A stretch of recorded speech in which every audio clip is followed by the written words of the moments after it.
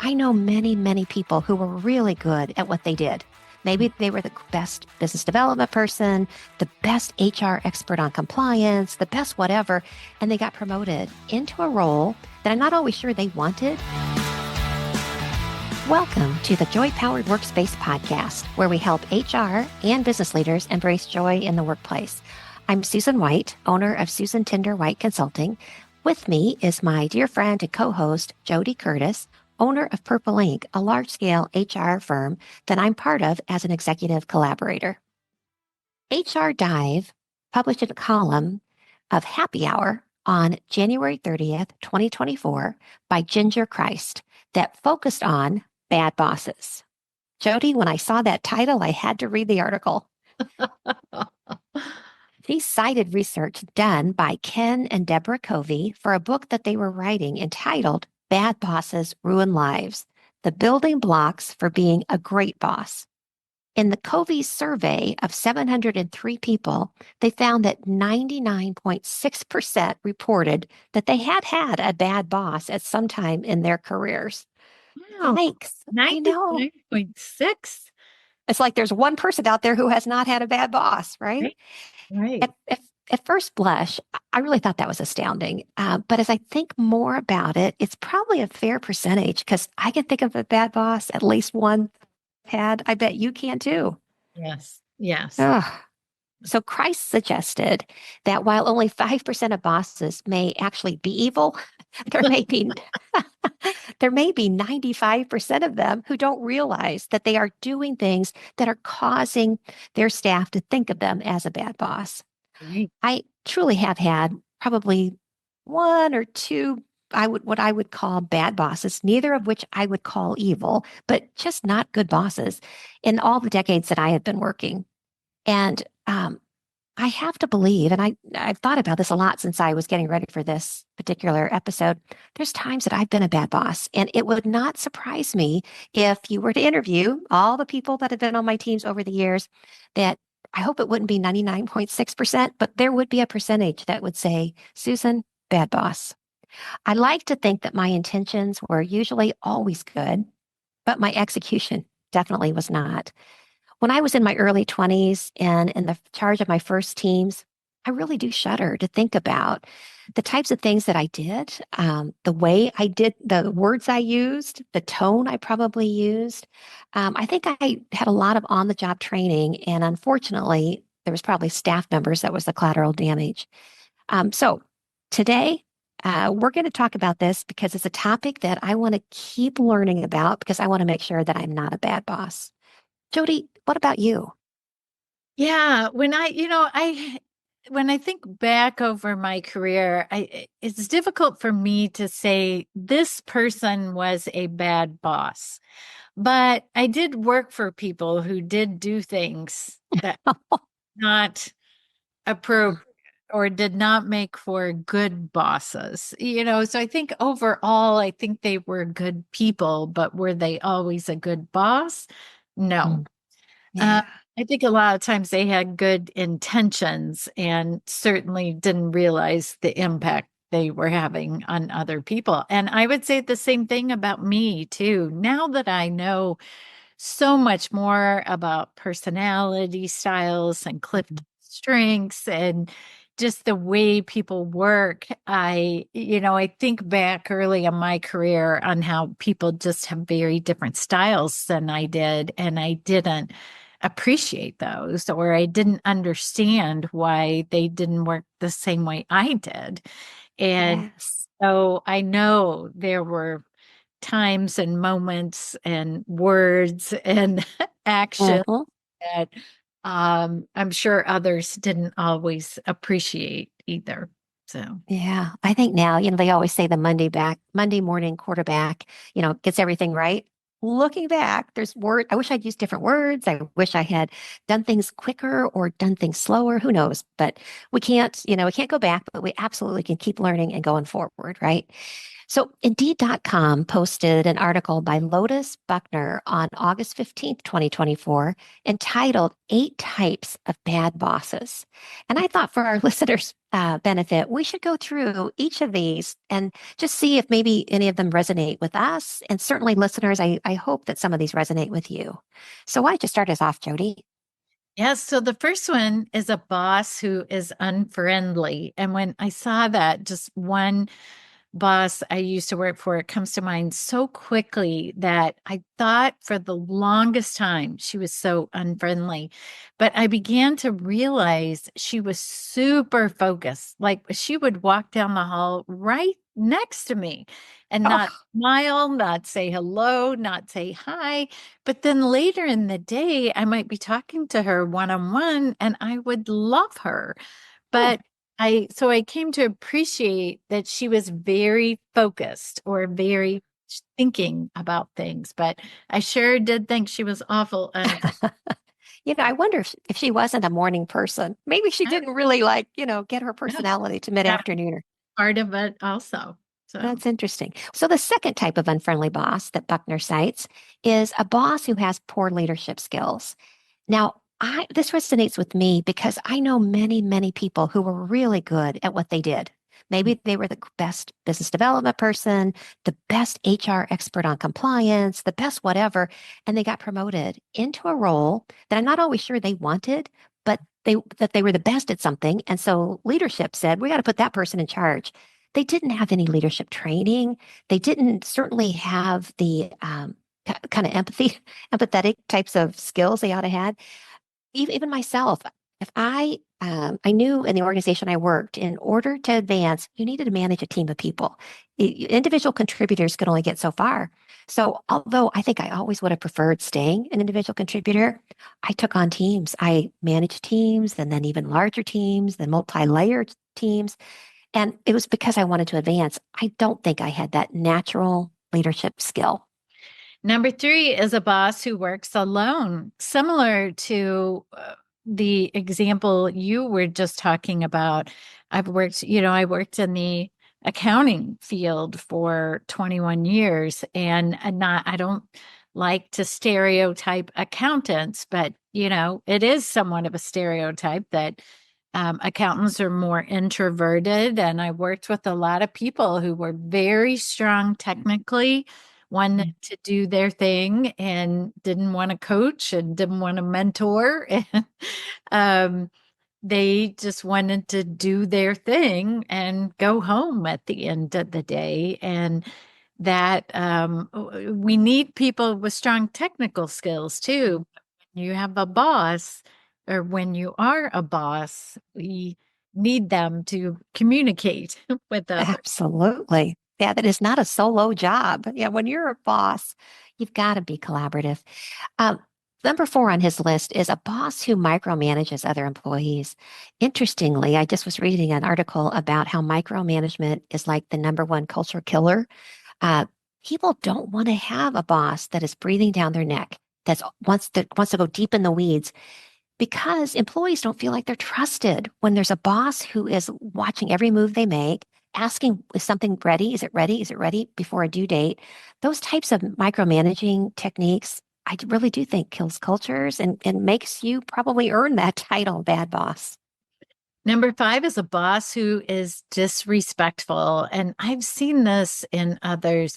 It's even things like just being disrespectful of other people's time, right? Mm. A big one for me when I've seen people who, will give an assignment at 5 o'clock and wonder why it doesn't get done, or not allow people to prioritize their work, or they want something done right away.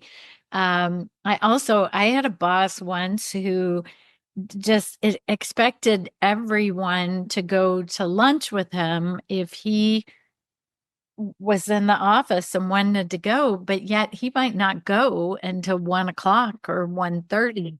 And people would sit around and wait to see if they got invited to go to lunch or not. Oh, no. I would Uh, be hangry. By 1 o'clock, I'm hangry. I missed a lot of lunches, I can tell you, because I was going at 11:30. I was back for lunch by the time he went to go. Oh, that's funny. Number 6 on the list is a boss who is too demanding. Now, I do believe having high expectations. I think that's fair, but too demanding. It's, telling all the time and not selling, not asking, not inviting, can absolutely make somebody a bad boss.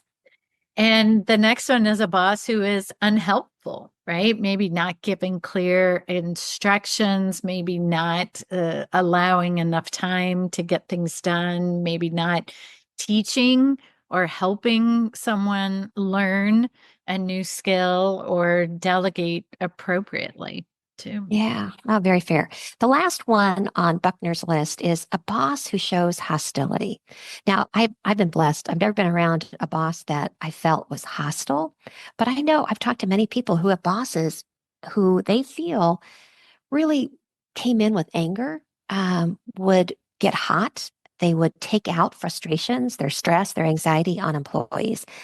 Clearly it could be very, very dangerous environment for an individual to be in, if not physically, at least emotionally. So definitely, although we left that one for last, I think that's probably the winner of the worst kind of bad boss you can be. Right. Yeah. Terrible. So, JoDee, do you have a bad boss story? And okay if you don't, because you're the kind of person who brings positivity to every situation. But have you seen anybody else, perhaps any of your clients, have a bad boss situation? And maybe any advice you gave them to kind of work their way through it? Yeah, I would say I'm thinking of two people who were my boss, and I didn't think they were such a a bad boss to me personally, but just a bad boss. And they were both leaders and owners of the Oh dear. organizations I worked for, and who I felt were very disrespectful of other people's time, who didn't communicate expectations well, who could be very demanding of other people. And I felt like I was someone who liked to communicate a lot and liked to ask for those expectations. And so I think that's why I maybe got along with them okay, but it was very difficult for me to observe and watch the other people and how they were treating them disrespectfully. And I did share that with both of them. I'm sure I didn't use the word disrespectful to, Sure. but I left both organizations in less than a year because it just was not a culture I wanted to be a part of. So, Oh man. Yeah, I'm sorry you went through that. I'm glad that you were, you know, able to recognize it and speak up and leave when you yeah. needed to. And sometimes that's what we have to do when we have a bad boss. I mean, try to work your way through it, but you can't always. So I was trying to reflect on maybe the worst bad boss experience I had. And the example that came first to mind is not that bad, but for me, it just told me that this person didn't trust me. And I never could get past it. So the example I wanted to share is um, there was a boss's boss who was just, let's call him Gary, which actually was his real name. So, Gary, if you're listening, this one's for you. I was on a flexible schedule in early days where there was very few um, flexible schedules. I had just had my second baby, and I was really fighting with trying to, work full time, not work full time, do whatever.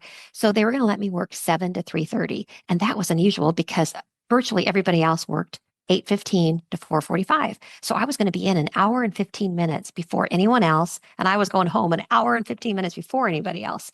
And so I could tell my boss was supportive, colleagues were supportive, but my boss's boss, very old school, not very supportive of it. His wife stayed home. It was just going to be, he just didn't think it was going to work.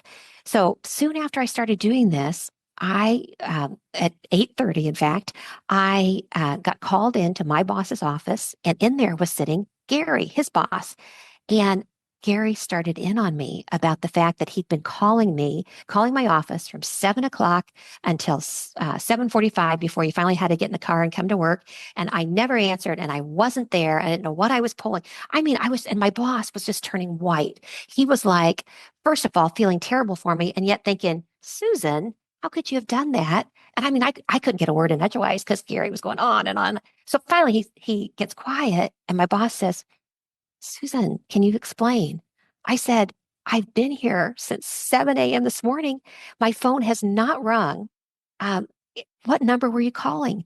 And he whips out his little directory of everybody on the team and he shouts out this number he had dialed, which had been my old number. They had moved me to a new office when I went Oh, into this job. He was dialing an old number. Anyway, the guy gets up and says, oh, I must have made a mistake and walks out of the room. My boss oh, and I are just looking at each other. And he goes, gosh, sorry you went through that. I said, so am I. But I never trusted that guy again. wow. Wasn't that horrible? Horrible. But now there's many worse things. Listeners, we'd love to hear from you. If you've got a bad boss story, feel free. We'd love to hear from it. If there's anything we do to help you on it, we'd love to brainstorm ideas. I do think, though, I'm surprised that didn't make the list. Of, I would say the experience I had with the two people I mentioned really came down to a lack of trust on my part. Oh, I didn't trust them. I didn't trust them to interact positively with other people or to know what might come out of their mouth. And I just think trust is so important. it is so important to ever having a good relationship and ever having what you would call a good boss. I agree. Well, according to Buckner, being a bad boss can really impact your legacy at your organization. First of all, you're probably going to have lower employee morale, Mhm. higher turnover because, like you're not going to stay around with those kind of owners. Less productivity because people are walking on eggshells often and they're not giving their best self because of you being a bad boss. Number four, there's a greater risk of legal liability, especially if you're that boss that's bringing hostility into the workplace. People are going to feel unsafe. And then finally, being a bad boss can cause a really bad poor company image. Your employment brand will suffer and your ability to attract talent is going to be harmed. Right.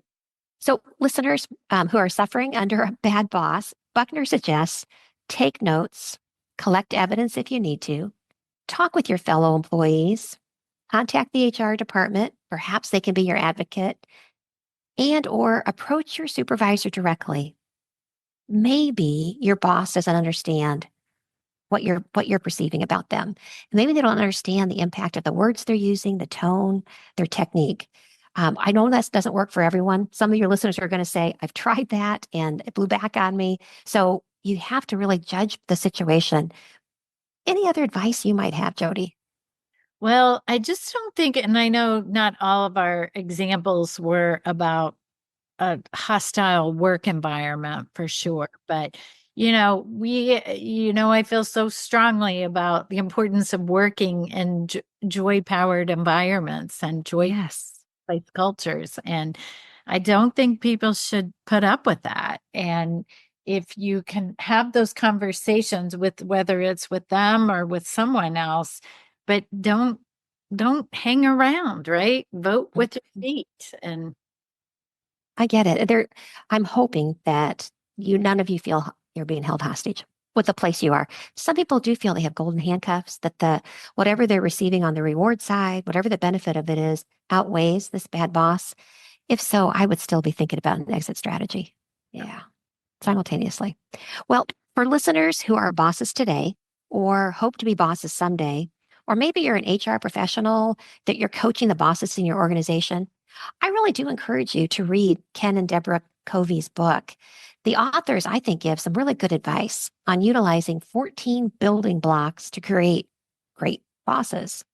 And so they have divided these up into blocks, and I kind of like it. Their foundation blocks are respect, authenticity, empathy, which we know is the number one key to employee engagement, trust, as JoDee just talked about more, vulnerability, and compassion. I love that. That's the core ones. And then they have connecting blocks, JoDee. the connecting blocks are empowerment, development, feedback, so important to have Mm. feedback on both sides. Listening, inspiration, coaching, appreciation. Appreciation can be just telling people thank you, right? Yep. And communication, right? Which are all so critical as well. Oh, I do love that. Well, thank you for listening on this particular topic. We've got more we're going to talk about today, but usually on the Joy Powered Workspace, we like to talk about things that really can help sustain positivity in the workplace. And when we talk about bad bosses, we really are looking at something that can suck all the joy out of a workspace. Right. So, yeah, my 2 cents is I hope that those of you that are listening, maybe this gives you some confidence that you're not alone, that there are a 90, what is it, 99.6% of employees say that at some point in the past they've had a bad boss. So if you're going through a bad boss period, know that you're not alone and that hopefully you'll get through it. Whether you have to go to somebody else for assistance, sit down with them directly, or vote with your feet. So good luck there. Yeah. Susan, we have a listener question today. And the question is, our HR and legal departments tend to approach employee complaints as self-motivated, such as a complaint filed by someone the company is seeking to terminate in order to prevent the termination, or a complaint filed in retaliation for a perceived slight. It seems like the company should be approaching these complaints with an open mind. How would this type of investigation be perceived from a legal perspective? Well, thanks for the question, first of all. And I do need to just remind everyone that neither JoDee nor I are attorneys. So we really us telling you what a legal perspective is would probably be off base. I'll tell you from a HR perspective, I have done a lot of investigations in my career. And I really do think that your HR department and legal department might want to rethink their mindsets before conducting an internal investigation or just even weighing in on them. I think that it is important to think with a critical, mind. You want to evaluate facts, but in an employee investigation, you've got to come at it with objectivity, with a curious mind, and it has to be an open mind. I think if you're thinking that someone's always trying to get something on over you or to get away with something, then you come at it with a filter that I don't think is going to be healthy for you doing a robust and thorough and fair investigation. So maybe you can get them to listen to this podcast because I really do think that they've got to bring more objectivity to it. And the fact that they're behind closed doors talking to you, that they've already figured out this person's doing it because of XYZ reason, I think that you have every right and responsibility to call them out on it and talk about the objectivity. You certainly could have somebody who files a complaint for nefarious reasons, for something that they want, but if you do a good, thorough, robust investigation, you should be able to get to that. You should be able to figure out, based on the data you've looked at, the materials that you have, that you can't substantiate the allegations, and then you tend to look at what motivated this complaint. So at that point, then you can make some real true decisions that are right for the organization. Totally agree. JoDee, it's time for In the News. SHRM published its Q4 2024 Civility Index in December of 2024. SHRM launched the Civility Index at the beginning of 2024 to keep a pulse on workplace climates in the United States. And so I thought it was interesting. I don't know if you went through the facts yet, but I mean, some of our listeners may as well. But some of their findings that I thought was worth sharing include, first of all, there was a 30% increase in the daily acts of incivility experienced by workers in their daily lives from the beginning of 2024 through the end. Ouch. I know. Awful. The top contributor to incivility in everyday life and in the workplace that was cited was politics. Mm. Of course, 2024 was a presidential election year here in the United States with lots of downstream contentious campaigns. Susan and I are politically polar opposites, but we still love each other. And of It's very true. we know not to broach this topic. So get out of the workspace. Exactly. You'll never hear us talking politics. That won't be the title of any of our future episodes, I am sure. Another finding, 60% of U.S. workers believe it is important or very important for their company to make efforts to address civil discourse at work in 2025. Our employees want us to take a stand. Right, right. And 26% of US workers said they likely will leave their job in 2025 because of incivility. So, It really begs the question, I think, for all of us, whether we're HR leaders or business leaders, what can we do about incivility in our workplaces? Well, the good news is, I think SHRM has created a political conversations playbook and other resources that our listeners might be interested in.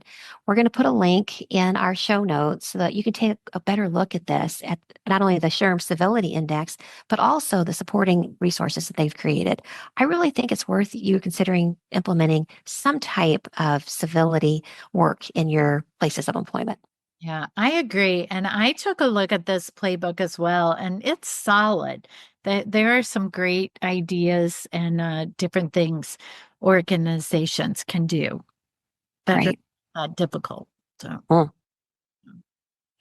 well, please tune in next time and make it a joy-powered day. thank you.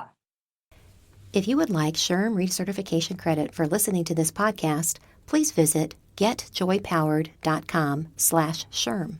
You'll find an evaluation of the podcast, and once you complete the evaluation, you will see the SHRM recertification credit code and a link to a proof of participation certificate. Again, that's getjoypowered.com/SHRM. Thank you for listening, and thanks for your dedication to the HR profession. If you like the show, please tell a few friends about us and let us know what you thought by leaving us a rating or review on Apple Podcasts or wherever you're listening right now. Become a Joy Powered member to get extras like early access to episodes, video versions of the episodes, bonus episodes, and even more. Learn more at patreon.com/joypowered. You spell Patreon, Patreon. So it's patreon.com/joypowered. You can find more information on our podcast, books, blogs, and more at getjoypowered.com. We're at JoyPowered on Instagram, LinkedIn, and Facebook. And you can email us via joypowered@gmail.com. Make it a joy-powered day.